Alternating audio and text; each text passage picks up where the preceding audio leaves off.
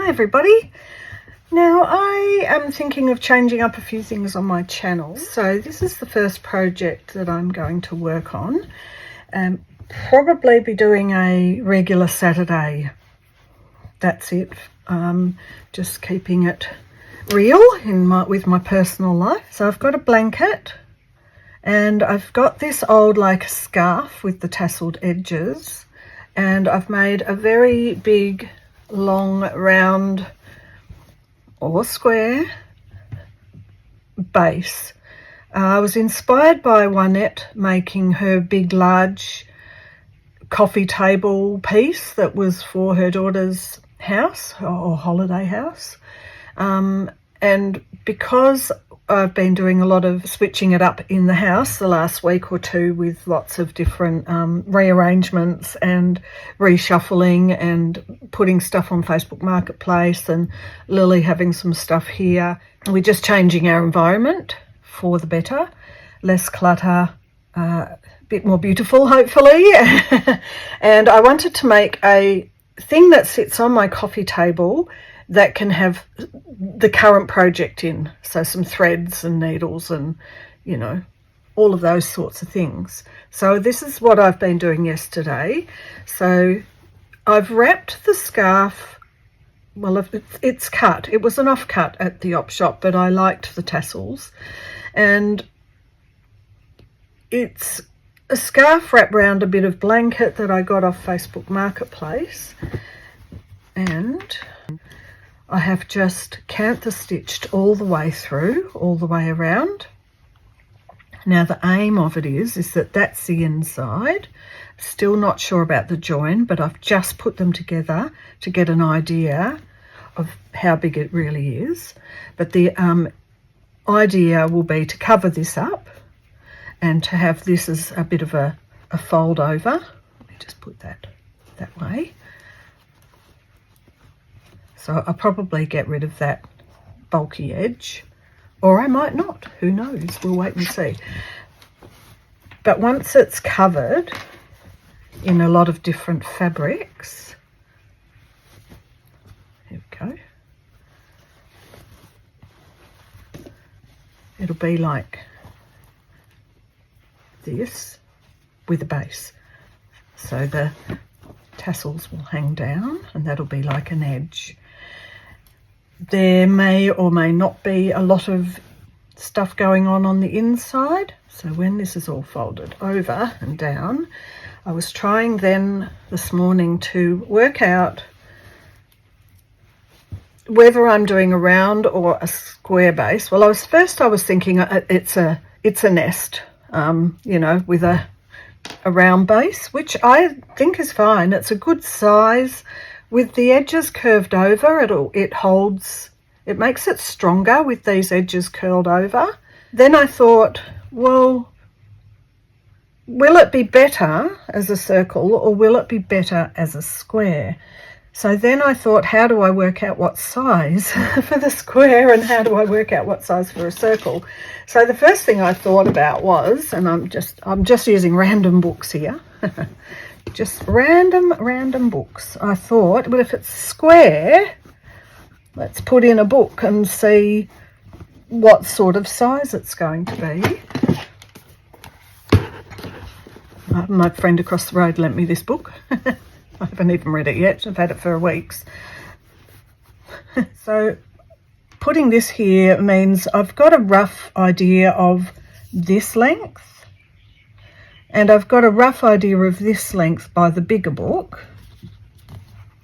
So I think that what I'm going to do is cut out a square and pin it on the bottom, and so it'll be a little bit like a massive rice bag. I don't think I'll be doing the tabs and all of that. It'll just be like a nest.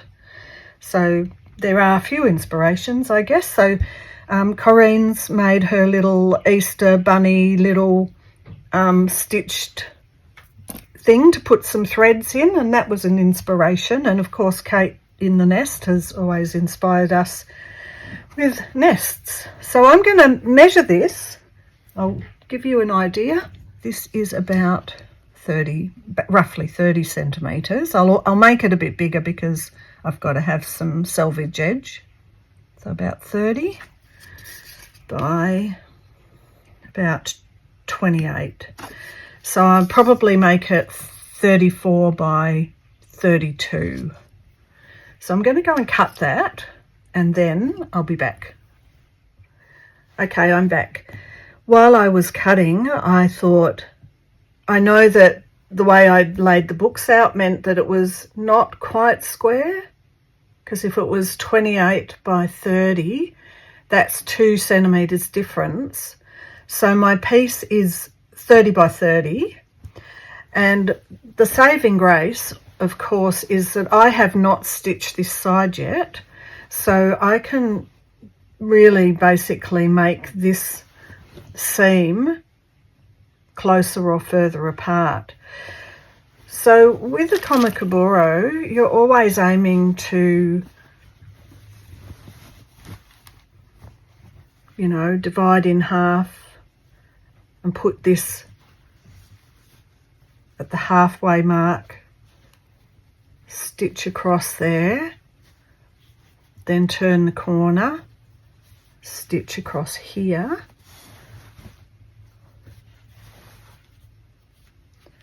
turn the corner, stitch across here. So you would do this seam last if you're ready to stitch in the base. However, I'm not doing that yet. I just wanted to get an idea of whether I was doing a circle or a square, so I've decided it is square. So my next thing will be forgetting about the inside for now.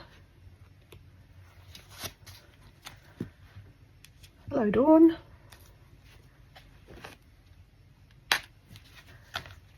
And starting to work on, so this is going to be the inside because that's going to fold over to the outside. So as far as it goes, I quite like it. It's just very loosely canthus stitched up and down, and it's all one colour, which will highlight what's put into the, you know, the basin or the bottom of the vessel. Let's call it a vessel. And my thing now is, what am I doing on the outside? So I'll reserve this for a bit later. Corinne did a beautiful piece at the base of hers, and put this aside for now. I mean, I'm going to do some work on this, so I may in fact not even end up doing a square. As often happens, I start doing it one way and it evolves and changes, but however, for now, I am going to start collecting some pieces for the outside. Bearing in mind I'll have a little strip here that could get cut back, and I'll probably cut back, yeah, especially because this is bulky. I love it, and I love it as a design feature. I may cut this right back and actually just keep that. I did that with one of my bags. Where is it? Is it this one? Yeah. This one, I kept it as a feature. I still stitched around it, but I just wanted to leave one little bit to remind me of this blanket. In this case, this blanket was something that my kids had used, so it was important, you know, it has a memory. I do love my little fold over ones, little pouches, love them, but that's circular. So we're going for a larger, squarer one, or maybe not, who knows. So let me gather some bits of material that are going to go with this and start stitching. So I just got out my little tub of French tea towels, and I was thinking of using bits and pieces of this to fill in. So let me put it out like that, so we've just got one end. But I remembered how hard this was to stitch through. It's not too bad, but there are bits where, because it's very tightly woven, so I might not do a lot of this on the background. Just imagine This is very, very old and very stained. It has been washed. In fact, it smells like it's from Deb. Dollhouse Vintage. I know, whatever I've bought from Deb, I know by the smell. So, what's in my other tub here? So I've got some bits of old flannel sheet. They're quite good to stitch through. But bearing in mind what I'm doing now is I've got a base. I'm putting bits of just more interest, you know, squares of interest down with maybe something like that. In neutral tones. I can even use some bits of old tablecloth, maybe. No, this is a bit too embellished. Not that. That's not what I want.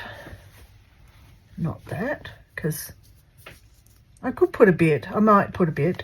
But then when I was looking at everything, I thought that pack that I got from Lucello at the Quilt Convention, I just loved all the pinks in it.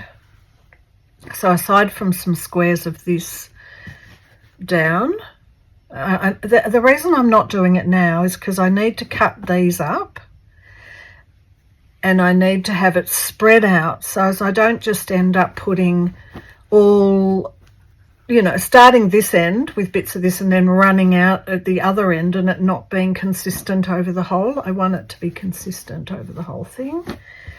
So the other thing I've done is I've got some bits of old lace, you know, the doilies or table runners, whatever you want to call them, but the blank bits without embroidery on and the lovely bits of lacing. So I've got some of those. See, this is what I mean, something like this. Bits and pieces. But these will be going over the top. So my top layer will have things like this. So I'm going to source some more of that. And then I thought, well, that's layer 1. Layer 2 will be neutral squares or rectangles or whatever. Layer 3 will be bits of lace. But I'll intersperse layer 3 with these ones as well. So it'll be a layer 3 and 3A and 3B maybe. So I picked out, this is a little bit of silk pillowcase that Lily had. So that's sort of setting the tone a bit. But the Lucello pack of pink, I've cut down lots of different sizes and shapes, all in the pinks to reds. Maybe that's a little bit rose kind of colour. And I've added in just one little bit of real red. So these are some of the things from Lucello's pack. Now I like the idea of putting a long stripe of this, so I haven't cut it smaller.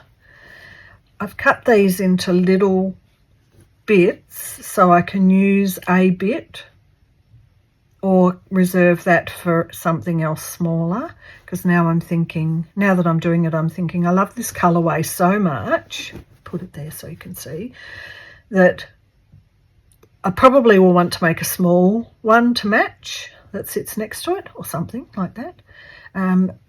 These particular ones I'm thinking are going to lend to thread painting. So they may not make it onto this. Same with this one. They may not make it onto this. Then I thought, oh, hang on, let me get under here. So there's another bit. That's the pile. Then remember in my Lucello pack that I had a strip of French, 2 strips of French pieces, and I thought I'd like to make some tags from the more complete pieces. So out of this one, these are kind of options, if you like. I didn't want to cut this, but I also felt that I didn't want to eat into this bit here either, so I've kept this, and that's an odd shape.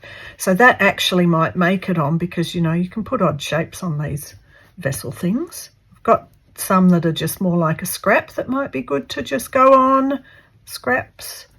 Ones like this that are a little bit more complete could be a little small material tag, or I might use it on material. I'm not going to be using all of these. I'm just realizing that when I was cutting them down, some are really perfect, you know, for an embellishment, and some will be embellishments on other things. Like that is not really showing much of anything, but that might be perfect, as I wouldn't use it otherwise, so it's a perfect little thing to fit, you know, just in on a corner or something like that. So there's that.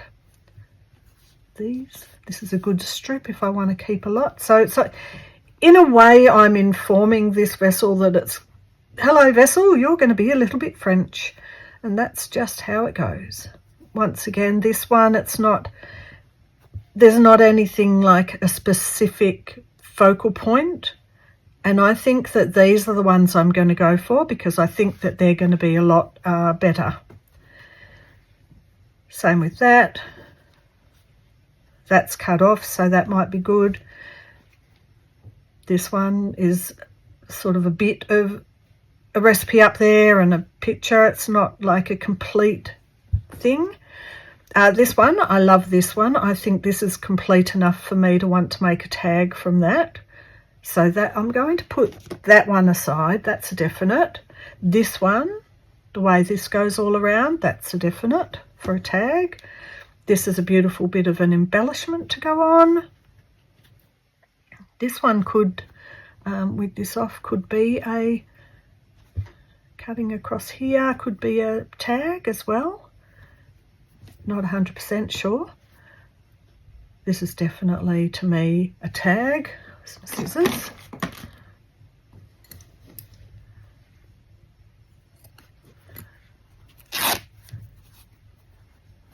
That's a great tag, that one. That's a good bit of filler,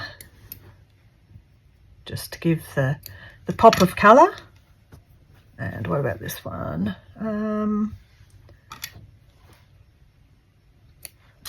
Could be a tag if it is cut along here. However, I like this scrolly bit coming over into here, so this might be a piece that I put on as well.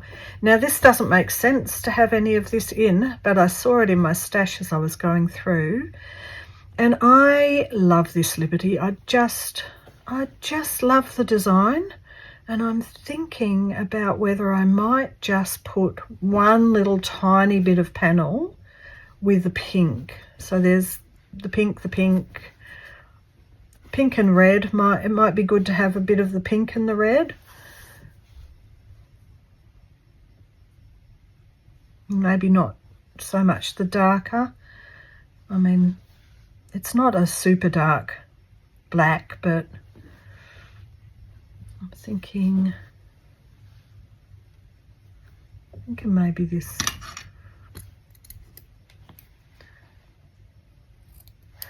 And this will be a memory because I've used this in a few different things, and I just love it. Love it. So I've decided that's got to go in. It's got the pink. It's not totally out of the question. I mean, I've got a range of, like, this one's got the browns, greens, sort of a almost yellowish tones. So that's okay, it'll work. What I might take off is this darker one in the background.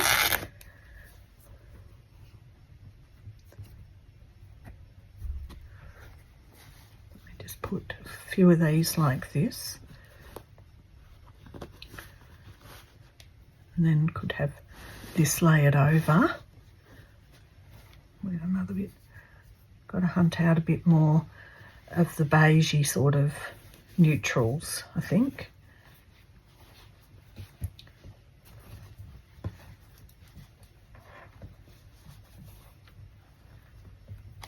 This has still got the edges of the sheet on.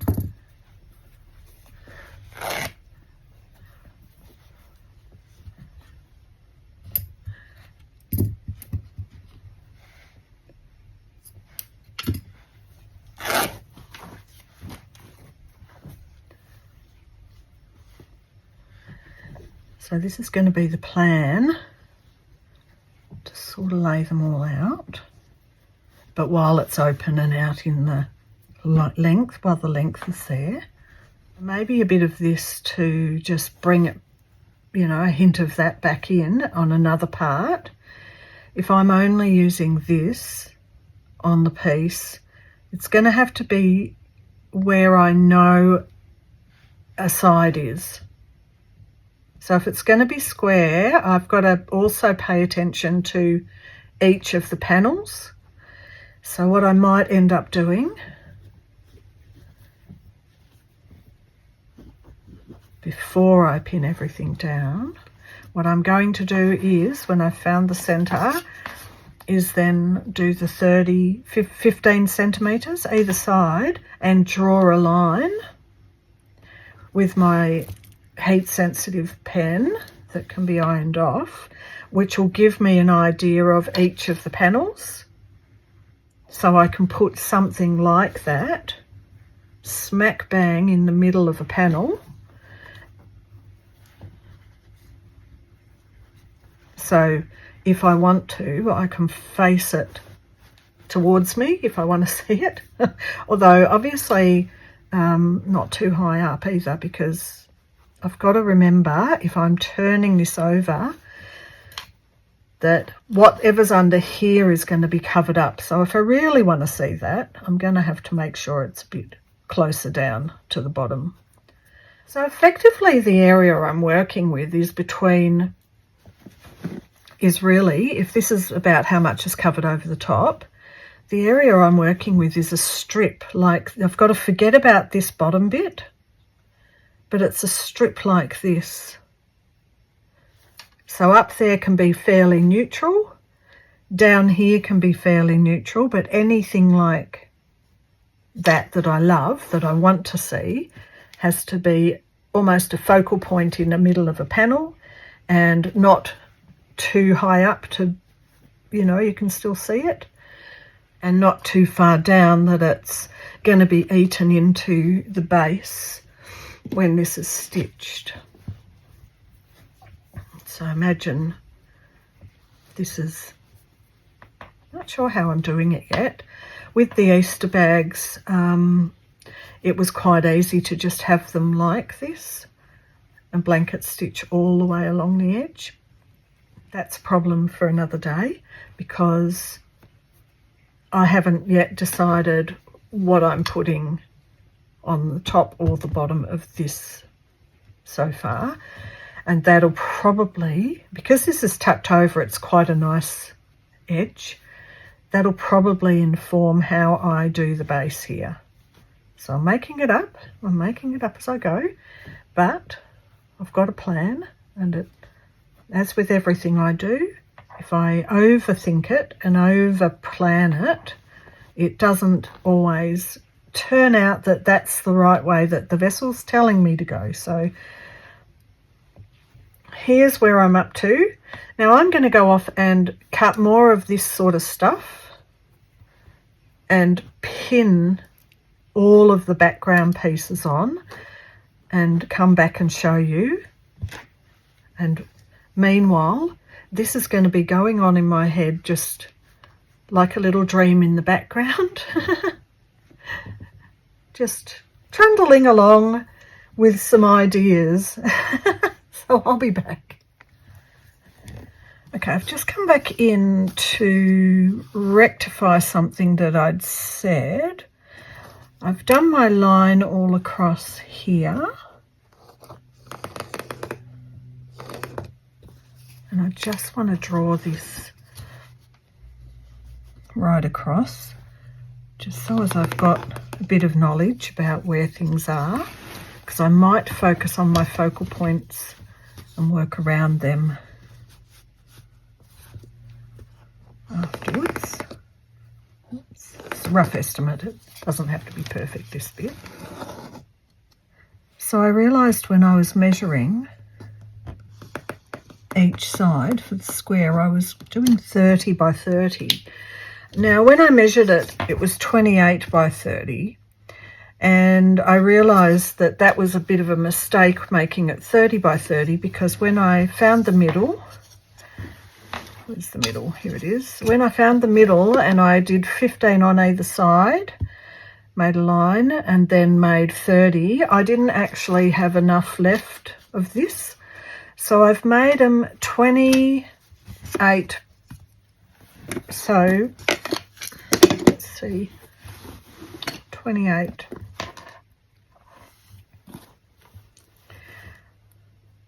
So I'm just going to put my ruler along and draw them up.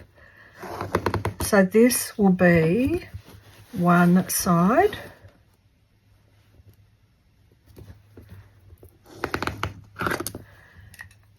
Now when I get to each end, so I hope it's making sense, because I've probably confused you a little bit and I didn't mean to do that.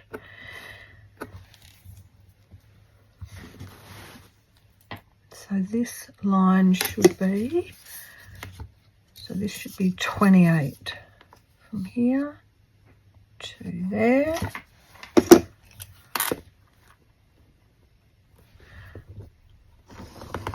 I mean, roughly, you know, this is going to be, I just have to know that this is the corner or the turn in the bag. Then we've got a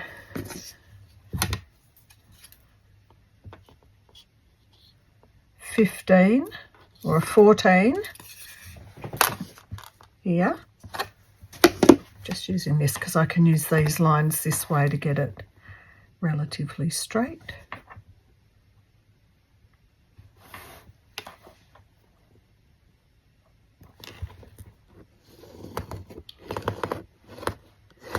So this is my selvage edge. So I've got half, 1, 2, 3 sides, and then another half. This is meaning that my join is going to be in the middle of a side.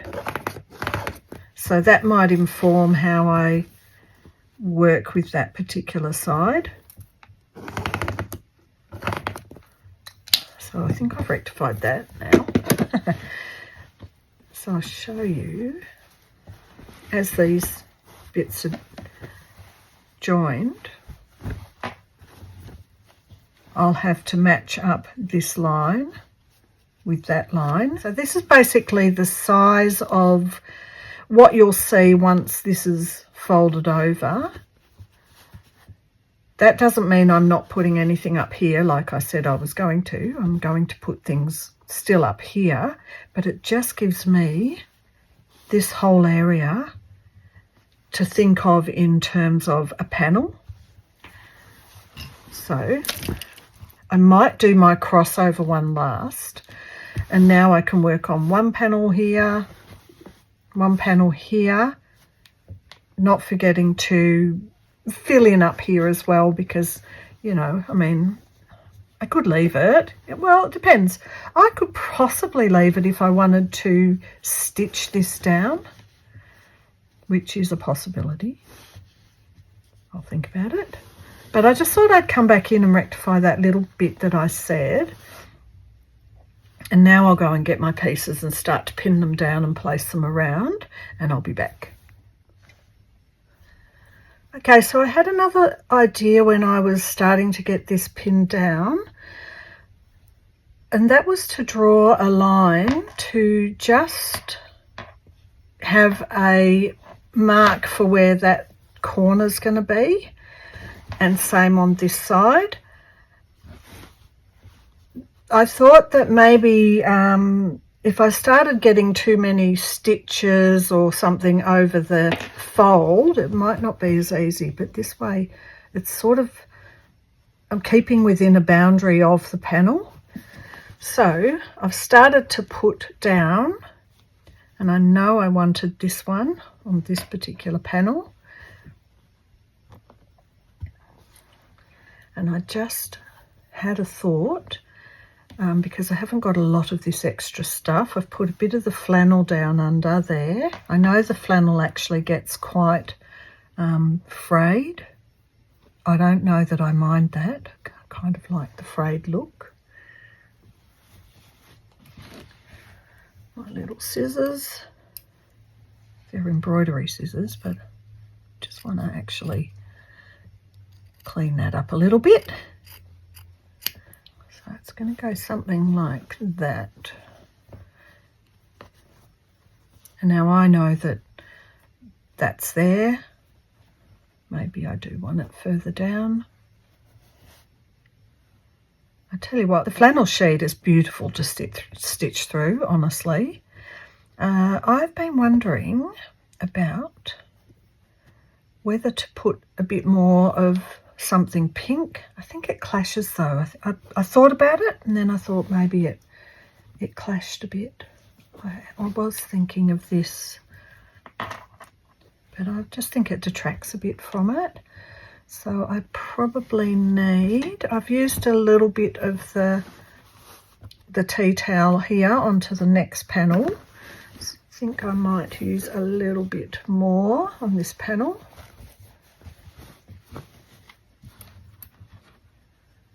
It was a bit easier working on my big table, but that's okay. So how about I don't put the stripe in, because I don't want to start to clash with that if I'm making that a focal point.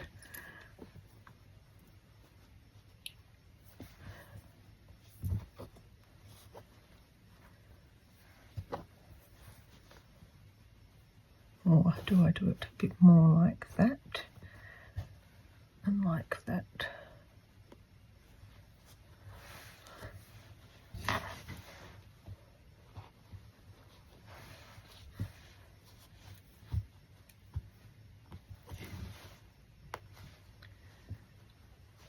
So I might put this one under and under.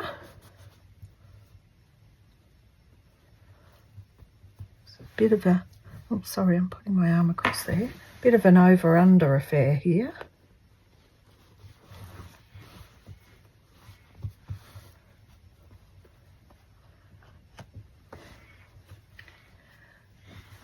So you can see what I'm doing. I'm just starting to build up a profile on each bit.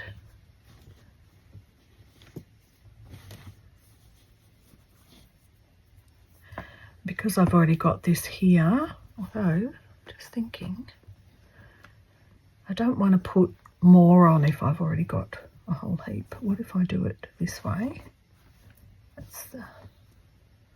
Then that's covered by that, and that can go either over or under this bit here. Maybe over. That's a bit more interest. See, my line is always letting me know that the top of this will be covered by this. So I'm quite pleased about that. I'm very happy about it. Okay. Still need to find something to fill in here. I've got a bit more of this hemp, but I don't have a lot of it. So I think I'm going to reserve one for each panel. So that's not going on. I've already used this here. So I think what I need to do is find maybe a couple more, you know, just bits of this sort of beige or straight one colour, no lace, no pattern. I mean, I can put a little bit of, that can be down there. That will be all right. It's not too close. But not there, definitely not there. So I'm going to continue working on this, start to stitch down bits and pieces. This is where I'm going to leave it for this video, and I will come back in the next video with a bit more done, and we'll see where we're up to and how it's coming along. I'm grateful for you being here. Thank you very much, friends, and I will see you in the next one. Bye for now.